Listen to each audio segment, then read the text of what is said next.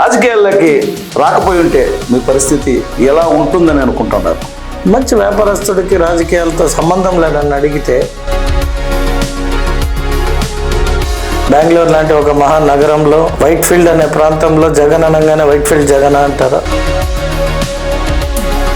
కానీ రాజకీయాల్లోకి వచ్చిన బాగా ముదిరిపోయినట్లున్నట్టు. ఖచ్చితంగా అధికారం కావాలి కాబట్టి మీ అబ్బాయి అన్నాడు, మంచి స్మార్ట్ వాడు కూడా. వాడిని రాజకీయాలు చేయమంటావా, వ్యాపారాలు చేయమంటావా? అప్పట్లో బాగా స్మార్ట్గా ఉండేది, ఇప్పుడు కూడా స్మార్ట్గానే ఉండవు. కథలు ఏమైనా ఉన్నాయా? నిన్ను ఎవరైనా ప్రపోజ్ చేయడం కానీ, నువ్వు ఎవరికైనా ప్రపోజ్ చేయడం, గత జ్ఞాపకాలు ఏమైనా ఉంటే చిన్నగా గుర్తు చేసుకున్నాం.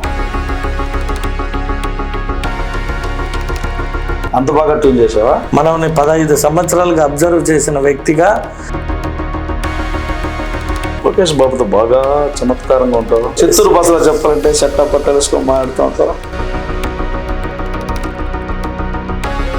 ఈ 19 నెలల్లో బచ్చా ఎందుకు వచ్చినావరా అని కలిగిన ఫీలింగ్ ఏదైనా ఉందా? ఈ కొత్త ప్లేసు, నేను నా ఊరికి రిటర్న్ వచ్చాను,